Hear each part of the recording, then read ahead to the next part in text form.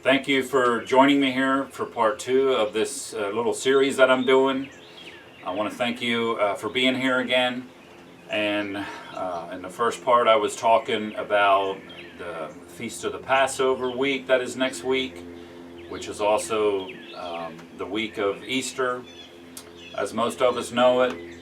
And I talked a little bit about this is the first time that we know of in history since back in Egypt they were confined to their houses. They were told they were not allowed to leave their houses that night, the first night of the Passover. And this is the first time that we know of in history since then that we are going to be confined to our houses next week during the Passover. And I'm excited about it. I really am excited. I think God's going to do some mighty and amazing things.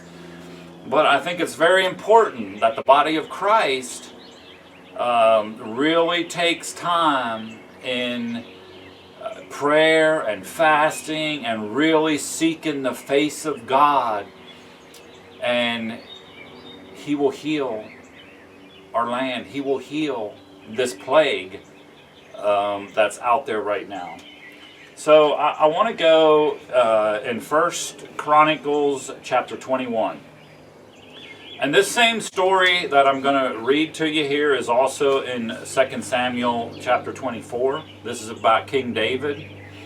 And this was a time that King David decided that he wanted to number his people. He wanted to take a census. He wanted to know how many people were in his country that he was king over. And he asked Joab to go and count the people for him. And Joab didn't want to do it. Joab told him, no, you should not do this. And the reason Joab did not want to do it was because if you go back in Exodus chapter 30 verse 12, they were told never to do this. And David knew that. But David wanted to know how many people were in his kingdom. And he sent Joab out to do this. And it was a direct disobedience to God. And I think, as I think about this, I'm like, why would David do that? And I feel like there was some pride there maybe. He was prideful about how great of a kingdom that he had. But anyway, it was direct disobedience to God. So if we go in 1 Chronicles 21 at verse 7, it tells us that, but God was displeased with this thing, and He struck Israel. And David said to God, I have sinned greatly in that I have done this thing.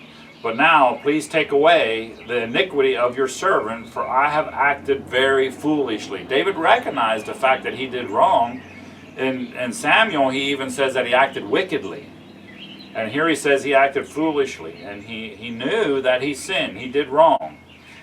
And the Lord spoke to Gad, David's seer, saying, go and say to David, thus saith the Lord, 3 things I offer you. Choose one of them, that I may do it to you. So the Lord was offering David 3 different options of things that he would do for a punishment because of his wickedness, of what he did wrong. So Gad came to David and said to him, thus saith the Lord, choose what you will, either 3 years of famine or 3 years of devastation by your foes while the sword of your enemy overtakes you, or 3 days of the sword of the Lord, a pestilence on the land, with the angel of the Lord destroying throughout all the territory of Israel. So here he was given these 3 options: 3 years, 3 months, or 3 days. And David chose the 3 days because, and if you stop and think about it, would you rather suffer for 3 years, 3 months, or 3 days? So he chose what sounded like the lesser of them and chose the 3 days. Now decide what answer I shall return to him who sent me. Then David said to Gad, I am in great distress. Let me fall into the hand of the Lord, for his mercy is very great, but do not let me fall into the hand of man. So, and if you read it in Samuel, and it's very clear, that's what he decided. I'll take the 3 days of the pestilence. So the Lord sent a pestilence on Israel, and 70,000 men of Israel fell, and God sent the angel to Jerusalem to destroy it. But as he was about to destroy it, the Lord saw, and he relented from the calamity. And he said to the angel who was working destruction, "It is enough. Now stay your hand." So God sent this pestilence, and a pestilence is a plague. That's what it is. And literally, the coronavirus is a pestilence. There's no other way to look at it. And it's a plague. And I can tell you, God, through this, is speaking to his people. He's speaking to the world. My question is, are we listening? You know, Jesus told us in the last days, in Luke chapter 21, verse 11, Jesus said there will be earthquakes, famines, and pestilence, and there will be terrors and great signs from heaven. Now, this is a pestilence. It's a plague. And that's exactly what was happening here with King David. There was a pestilence, it was a plague that was on the land because of the king's disobedience. And 700 men died in 3 days. And God sent an angel to Jerusalem to destroy it. But as he was about to destroy it, the Lord saw, and he relented from the calamity. So he sent the angel yet in the midst of this to destroy Jerusalem. And God said, "It's enough. Stop." Now, and the angel of the Lord was standing by the threshing floor of Ornan the Jezebite. And David lifted his eyes and saw the angel of the Lord standing between earth and heaven, and in his hand a drawn sword stretched out over Jerusalem. And so David literally seen the angel standing between earth and heaven with a sword drawn over Jerusalem. And you know, I cannot help, when you read that, you cannot help but wonder, if we could really see in the spirit world right now, what would we see? What would we see if we could really see in the spirit world right now? Then David and the elders, clothed in sackcloth, fell upon their faces. What did David do? What did he do, him and his elders? They fell upon their faces. You know, I hear so many people, and I see it all over Facebook for several weeks now. And I hear so many people quoting 2 Chronicles 7:14.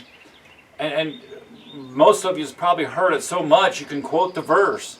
"If my people will call upon my name, humble themselves, pray, and seek my face." What do they need to do? We need to seek God's face. We need to seek the face of God. But here David and his elders, clothed in sackcloth, they fell upon their faces.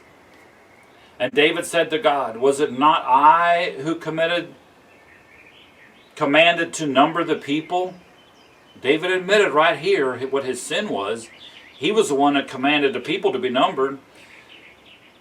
"It is I who have sinned and done great evil. But these sheep, what have they done? Please let your hand, O Lord my God, be against me and against my father's house, but do not let the plague be on your people." The people suffered because of the king's disobedience. Because the ruler, the king, the leader, his disobedience, the sheep, he called them, the people of his country suffered. You know, that I can just stop, and in your mind that should preach all day to you. What has happened in our nation? What has happened in this country? What's happened in the world? Look across, we can talk about the whole world, that this plague is over the whole world, but looking just on our country of United States, the abortions, the leaders of our country. And I thank God that we have President Trump and Pence. They're trying to do what's right. They're trying to uphold what's godly and right. They stopped the federal money to 900 abortion clinics. They are trying to do what's godly and right, but they can only do so much. There's politicians, there's governors of the states allowing evil. They're calling what's evil good, and what's good they're calling evil. And I'm just going to come right out and say it. A year ago, the governor of New York, I can still see in my mind the picture on TV when he was signing the papers to legalize killing babies a year ago. The demonic evil look on his face. And now look what's happening in New York. It's the worst in the country for people dying. His people are dying. It's a plague. And what are we doing? What are they doing? Let's look what David did. We've seen what David did. He fell upon his face. And God stopped the angel. Now let's go to verse 18. Now the angel of the Lord had commanded Gad to say to David that David should go up and raise an altar to the Lord on the threshing floor of Ornan the Jezebite. So David went up as Gad's word, which he had spoken in the name of the Lord. Now Ornan was threshing wheat. He turned and saw the angel, and his 4 sons who were with him hid themselves as David came to Ornan. Ornan looked and saw David and went out of the threshing floor and paid homage to David with his face to the ground. And I just want to stop for a minute right there and just look at what this man did to David, to the king. The way he honored the king. And this right here gives us a great example. You know, we, especially here in our Western culture, we don't understand kingship. We don't know what it is to honor a king. We call God, Jesus, we call him the Lord of Lords and the King of Kings. But do we really understand what it is to honor a king? Look what this man did. When he came out before the king, he fell on his face. He put his face to the ground to pay homage to the king. Well, that's the way kingship works. And we call God our king. How about falling on our faces before God? How about putting our faces to the ground before God when we get in his presence and honor him as a king? We need to honor him as a king, the King of Kings and the Lord of Lords. Verse 22, and David said to Ornan, give me the site of the threshing floor that I may build an altar to the Lord. Give it to me at its full price. David wanted to buy the threshing floor to build an altar. He said, I want to buy it for a full price, that the plague may be averted from the people. Then Ornan said to David, take it, and let my lord the king do what he seems good to him. See, I give the oxen for the burnt offering, the threshing sledges for the wood, and the wheat for the grain offering. I give it all. He was offering it all. He's given it all to David. But David, the king, said to Ornan, no, but I will buy it for the full price. David says, no, you're not giving it to me. I'm paying the full price for it. I will not take from the Lord what is yours, nor offering burnt offerings that cost me nothing. David refused to take it without paying for it. So David paid Ornan 600 shekels of gold by the weight for the site, and David built an altar. And if you go back in Samuel, it makes it very plain there that David says, I will not sacrifice anything to God that does not cost me. How about you? How about me? How about us today? Are we willing to only sacrifice what's free to us, what's given to us, or are we willing to pay for a sacrifice to God? Are we willing to give up? You know, we could talk so much about that right there, but we have to be willing to pay the price for a sacrifice to God. We cannot just, when we have a little bit of free time someplace, offer that little bit of free time for the work of the Lord, for the service of the Lord. No, we should offer our work to the Lord, our service to the Lord, when it costs us a little bit. That's what David made very clear there. And in verse 26, and David built an altar to the Lord in the presence. And I guess we're going to have to go into a part 3. I have more I want to explain to you about this, but I'm going to have to come back in a part 3. I want you to come back and join me, and we're going to finish this of what the Lord is showing us here. Thank you for being with us.